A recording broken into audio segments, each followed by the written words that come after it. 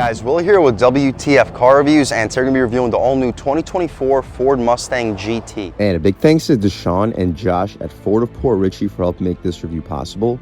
I'll leave a link to their inventory below, and if you're looking for a new car, SUV, or truck in the Port Richey area, I would definitely recommend checking these guys out. And as for Deshaun or Josh. And as most of you guys probably know by now, here we have the all-new 7th generation Mustang released this year for 2024. We've already reviewed the 2024 EcoBoost, which I was extremely impressed with, especially the looks both inside and out, as well as the performance. I said throughout the EcoBoost review how I could only imagine the new GT. Well, no need to imagine anymore. Here we have the all-new 2024 Ford Mustang GT with a $41,495 base price. What else do we get for that money? Let's jump right in. So of course, ground up, all new styling. I've heard a lot of people say that this looks a little bit like a refresh or updated S550 6th generation Mustang, and I can kind of see it from the side profile, but when I look at the front and rear end, I could definitely tell this is a ground up all new vehicle. Even performance wise, the 5-liter V8, yes, we've had the 5-liter V8 here since 2011, but this is an all new version of it with twin throttle bodies cranking out 480 horsepower without the active exhaust. With the active exhaust, cranking out 486 horsepower, 418 pound-feet of torque. You can go up to the dark horse and it makes an even 500. Anyway though, with the front end styling, we get full LED projector headlamps, 3-piece LED for the high and low beam, and LED daytime running strips right up top. No fog lights, but we do have functional airflow in the corners, solid amount of airflow for the radiator. And I like the black grille, especially since we keep the silver pony. For the previous Mustangs that had the black grille, I always complained that the pony would also be blacked out. But here for the EcoBoost we reviewed and the GT, I like the black grille with the silver pony. I also like the additional lights we have in the corners. That looks pretty cool, the LEDs, which makes the front end look a little bit more premium, and the panel housing the advanced safety features right up front.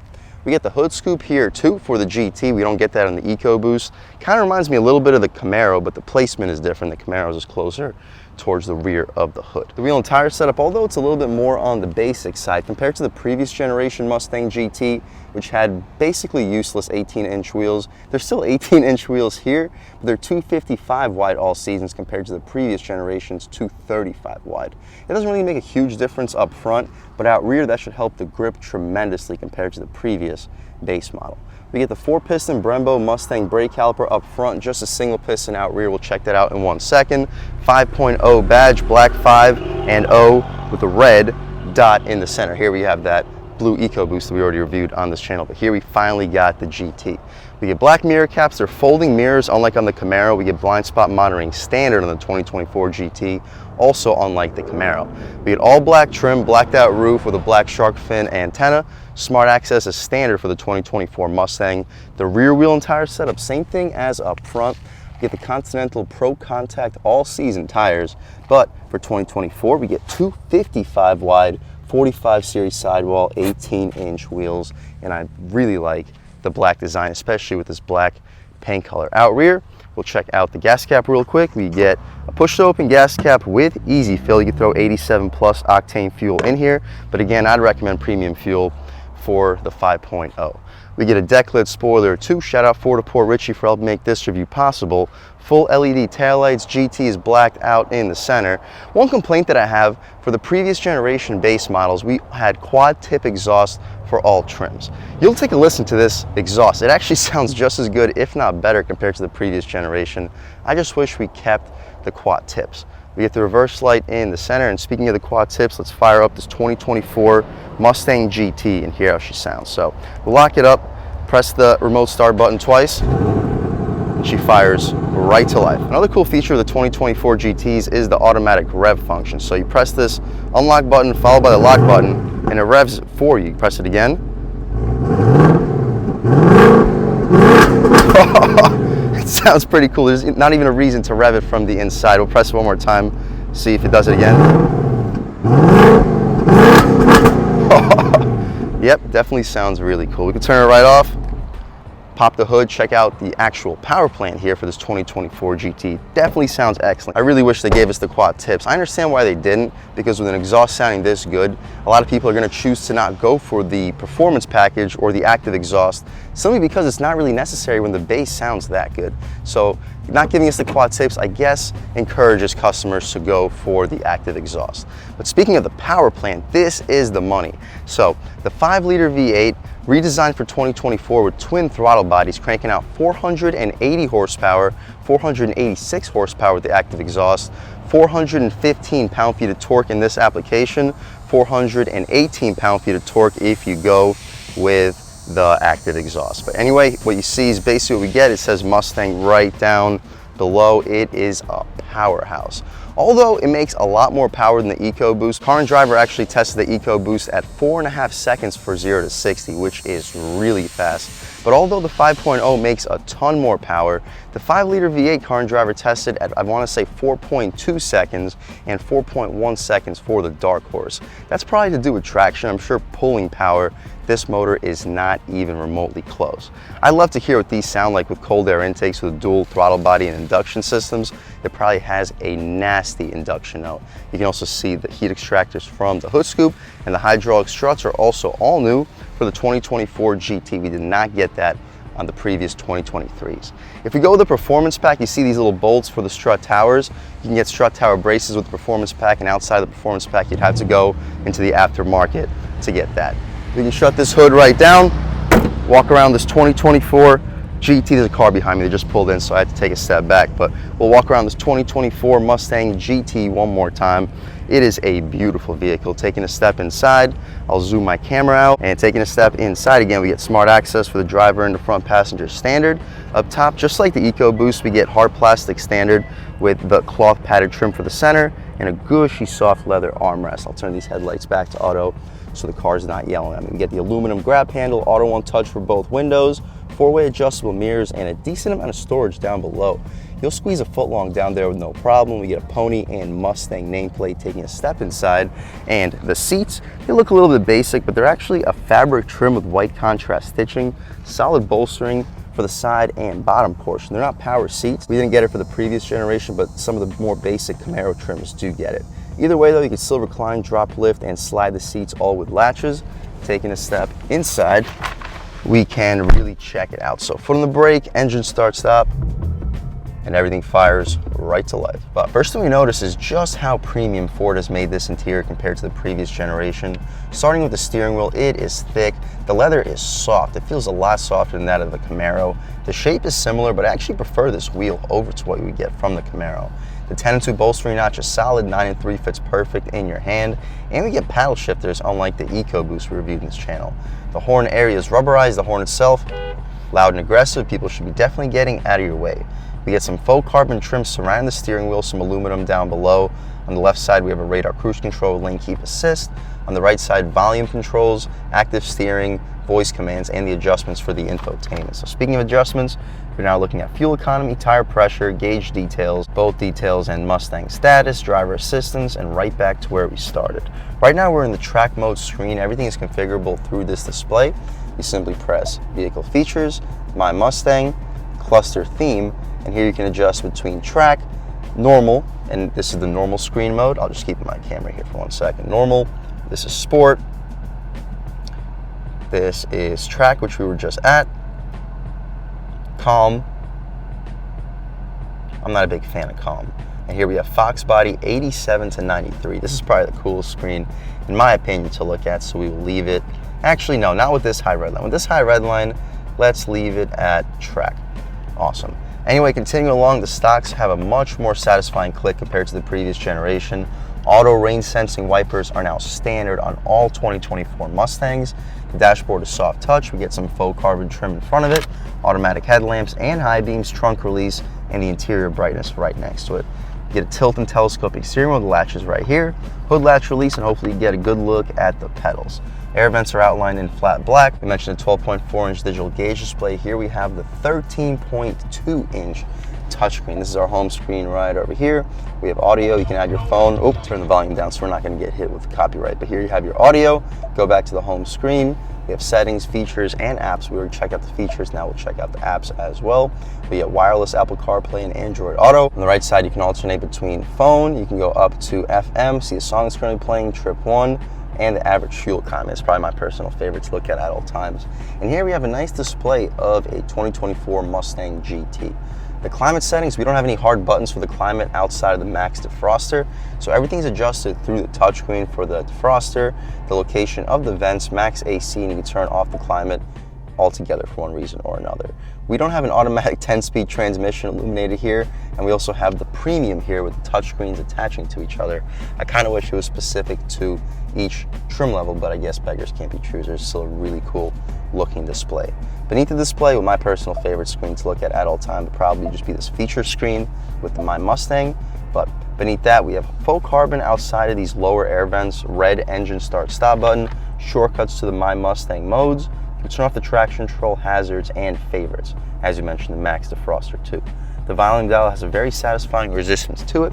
Down below we have USB A and C port with a 12 volt right next to it. Nice spot for a radar detector.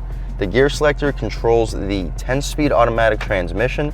It's not the standard transmission, it's about a $1,600 option above the 6-speed manual. But I know with the Mustang, a lot of people go with a 10-speed because the GT uses a Getrag 6-speed manual, whereas the Dark Horse, or even like the Chevy Camaro, uses a Tremec 6-speed. So because of that, the Getrag transmission doesn't have as high of regards as the Tremec, so it just simply doesn't last as long. So the 10-speed transmission, for the most part at least, is usually a little bit more reliable. Anyway though, we can check out the backup camera real quick. Super high resolution, guidance lines and trajectory, and you get a little illumination of your rear parking sensing. Manual mode too, we did not have that on the EcoBoost. Electronic parking brake, 2 cup holders, you'll fit 24, possibly 30-ounce bottles. Gushy soft armrest. This is monumentally softer versus the Camaro. It's also monumentally more spacious. You'll fit probably a 6-pack of 12-ounce cans, maybe 5 cans, but still a lot more cans than you'll fit in the Camaro. The glove box, it's outlined in hard plastic with to be expected. It also says Mustang right above. The glove box itself though is spacious. You'll fit 20, maybe 25 license plates in there. You'll easily fit a pair of shoes, maybe 2 if you're under, say, a size 6 or a 7. We actually get a frameless auto-dimming rear view mirror here. We didn't have that in the EcoBoost we reviewed in this channel. The interior lights are LED. Sunglass holder, awesome. That's about it though, guys, for the front seat of this 2024 GT. We're not gonna hop out back. If you wanna see me hop out back, check out the EcoBoost video we just reviewed in this channel, and I really had no space back there, so no, it's not a very practical back seat. But anyway, we can see all the features that I may have missed on this 2024 Mustang GT Coupe 4-passenger sports car, 5.0, 480 horsepower, shadow black exterior with the black onyx cloth seats. Inside, you guys can pause, take a look at all the standard features, options. We get the Equipment Group 300A, $1,000 for the 355 limited slip axle, $1,595 for the 10-speed automatic transmission. After $2,590 in total options and almost a $1,600 destination charge, we're sitting at $45,680. Fuel economy solid, 18 combined MPGs, 15 in the city, 24 on the highway. That's about it though, guys, for the inside and outside of this 2024 Ford Mustang GT. It is a beautiful vehicle both inside and out. Before we actually take it out for a drive, let's just check out this cargo space. I'm not going to hop out back because, like I said, you guys can check out my EcoBoost video. So for the 7th generation Mustang GT, the opening is very large. The cargo space itself isn't the largest. The secret storage, we can check it out. There's a little bit of space outside of the wheel wells. But because of the way they maximize the space, especially with the opening, you drop those rear seats down, I'd expect you to fit a 55-inch TV in here. You'll fit it through the pass-through, and with the seats down, you'll fit it in the cargo space. Big thumbs up to Ford. Rear seat-wise, no, it's not any more spacious than a Camaro, but cargo space-wise, that's where the practicality is at. Another thing I'm really liking is how we have the body color GT decklet area. The previous models had gloss black, covering and fingerprints, which we're just not gonna have here for the 7th generation. That's about it though, guys, for the inside and outside of the 2024 Mustang GT. The overall side profile isn't a whole lot different compared to the 6th generation S550, but once you hop out to the rear end and the front end, you can really tell how this is a ground up, all new vehicle. Performance-wise, I wouldn't say it's ground up all new, but it's very heavily refined, cranking out 480 horsepower now, 415 pound-feet of torque, very similar to the previous generation's Mach 1, just with dual throttle bodies. But performance-wise, let's take this 2024 Mustang GT out for a drive and see what it's got. All right, guys, now we're just about seeing everything we need to see with the inside and outside of the all-new 2024 Ford Mustang GT. Let's take it out for a drive and see what it's got. My first impressions, though, the steering is so much better than the previous generation that it's not even comparable. Good throttle response. It sounds good even without the active exhaust. You look down and you're picking up speed quickly. You can try it out at about third throttle.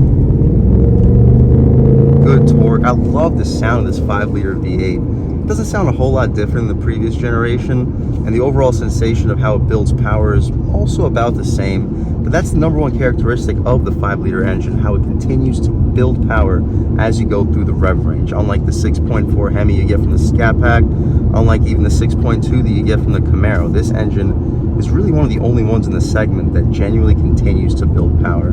We can try out these paddle shifters. We're all the way in 10th gear at 40 miles per hour.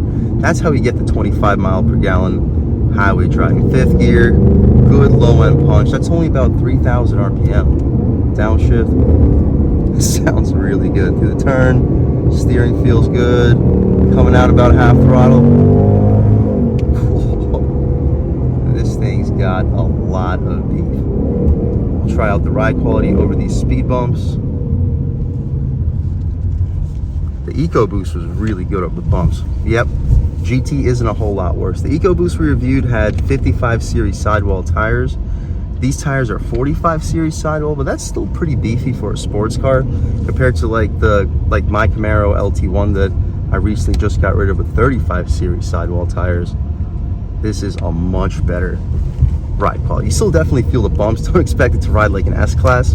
For a performance car, you got some good ride quality. Turning radius, super sharp, much sharper than a Challenger and a Camaro. The steering, the wheel feels honestly better than the Camaro wheel. The leather is softer, the 10 and 2 bolstering notch is more prominent, but the Camaro steering does feel a little bit more on center. Not by much. The feel of this wheel may or may not outweigh the on-center feel of the Camaro steering. Definitely chest out both, but compared to the previous generation Mustang, this steering is not even comparable. All right, guys, looks like a good opportunity to try an acceleration off the line. With these all-season tires, probably not a good idea to just floor it, so we'll try to get a good launch. Yep, definitely picks up good. Try out some downshifts. Throwing it in. Good handling.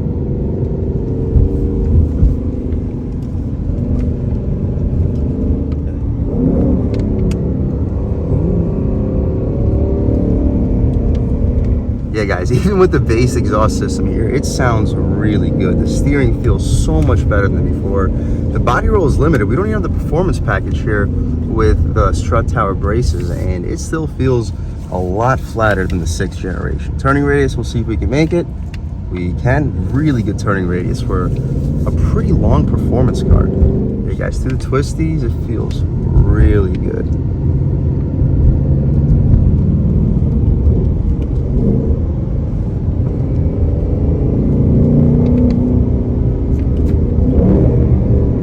Sharp downshifts too. We don't get any crackles and pops like we do with the Camaro, but that's okay. I actually prefer the noise we get here with this 5.0, especially in the top of the rev range. Snappy shifts. The previous generation Mustang definitely had a lot more jerky feeling of a transmission. This is a way more refined feeling 10-speed. It's the same exact 10-speed, but this is starting to feel a little bit more like the 10-speed we got from the Camaro for the 6th generation. All right, guys, let's try an acceleration. We'll start off in 1st gear, see what this thing's got. 1st gear, on the gas. Ooh, of course. But hopefully you still picked it up. This thing can really pick up speed. 3rd gear, good torque. It revs for days. That was only 6,500, but this thing revs at 7,500 RPM. It is a screamer. I'll try to actually get it to the high rev range right here. 3rd gear. You gotta keep it in 3rd. There we go. 2nd gear. On the gas.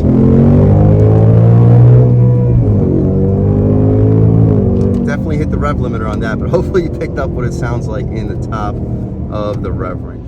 All right, guys, off the line, about half throttle. Whoa. higher speeds, guys, it stays really quiet. We don't have dual pane windows, of course, but compared to the 6th gen, it has a really refined interior cabin. The wind noise is just about non-existent. And with these 45 series sidewall tires, you really don't hear a lot of road noise either. Overall, guys, if you're looking for a high performance car, seriously high performance, like we're pushing 500 horsepower here, 0 to 60 in 4 seconds, and while keeping high-tech interior, or while keeping a high-tech interior like we have here, this is really probably the best way to go. Yes, most vehicles in the segment are around $45,000, but this is a brand new vehicle, ground up, all new interior. You're not getting an interior like this anywhere else in the segment. The steering wheel, the throttle feel, and the sound of this 5-liter V8 is genuinely unmatched. This is the best sounding motor in the segment, and now it's the most powerful motor in the segment. Well, the Scat Pack makes 1 less horsepower, so not really a big deal, but yes, it's still the most powerful motor in the segment as of right now. And if you're looking for a performance car in the $45,000 to $50,000 price point, I would 100% recommend checking out the 2024 Mustang GT. And a big thanks to all you guys for watching. I had a great time making this video. If you're new to the channel, please subscribe. If you've already subscribed, thank you so much. You guys know the channel is just not possible without you, and I really appreciate the constant support. But again, if you haven't subscribed yet, please subscribe. Leave a like too, it really helps me out the YouTube algorithm. That's how these videos get promoted to new people. Leave a comment, let me know what you like, let me know what you don't like. Leave a comment, let me know any specific cars, SUVs, or trucks you want to see reviewed on this channel, and I'll definitely try getting those videos for you ASAP. But other than that, again, thank you guys so much for watching, and I hope all of you have a great day.